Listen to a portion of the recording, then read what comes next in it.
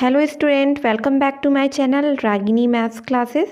सो student, आज का हमारा टॉपिक है भाज्य व अभाज्य संख्या। स्टूडेंट, मैं आज आपको भाज्य व अभाज्य संख्या का डेफिनेशन और उसके एग्जाम्पल को एक्सप्लेन करूँगी। तो आइए चलते हैं हम अपने डेफिनेशंस की ओर। फर्स्ट है हमारा भाज्य संख्या, जिसे हम कंपोजिट नंबर कहते हैं।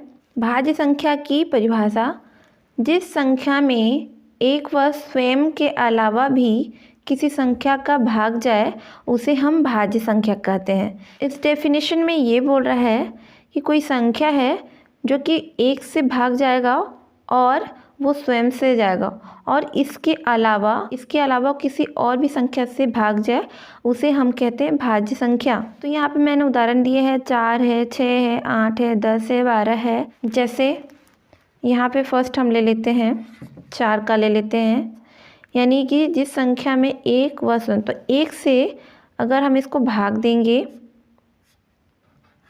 एक से भाग देंगे तो एक चौको 4, ये हो गया, 4 बार में 1 कट गया। इसी तरह से अगर मैं इसी को और किससे भाग दे सकती हूँ, 4 को मैं 2 से भाग दूंगी तो 2 दूना 4, यानी कि 2 से भी गया। यहाँ पे कह रहा है जिस संख्या में एक व स्वयं के अलावा भी, तो ये भी हो गया अलावा, और ये स्वयं से भी जा सकता है, जैसे 4 एकम 4, तो ये आ गया आपका, ये एक से भी गया, ये स्वयं से भी गया, और ये किसी और अंक से भी गया। आप इसी तरह के और भी 6 का भी कर सकते हैं, 8 का भी कर सकते हैं। तो यही हमारा भाज्य संख्या है। दूसरा हमारा अभाज्य संख्या है, जिसे प्राइम नंबर कहते हैं। इसका डेफिनेशन है: जिस संख्या में एक व केवल स्वयं का भाग जाए उसे अभाज्य संख्या कहते हैं। इस डेफिनेशन में क्या कह रहा है कि कोई संख्या है, या तो वो एक से भाग जाए या फिर वो स्वयं से ही भाग जाए, उसे अभाज्य संख्या कहते हैं। तो उदाहरण में हमने यहाँ पे लिया है 2, 3, 5, 7, 11, 13, 17, 19। आप आगे और भी ले सकते हैं। तो मैं यहाँ पे फर्स्ट लेती हूँ, 2 का मैं लेती हूँ पहले। तो जिस संख्या में एक व, जैसे यहाँ पे मैं एक को 2 से भाग दूंगी तो ये चला जाएगा। इसी तरह से मैं 2 को 2 से ही दूंगी, 2 को 2 से डिवाइड करूँगी तो ये 2 एकम 2 आ जाएगा, तो ये 2 से डिवाइड हो गया, तो ये आपका 1 आया।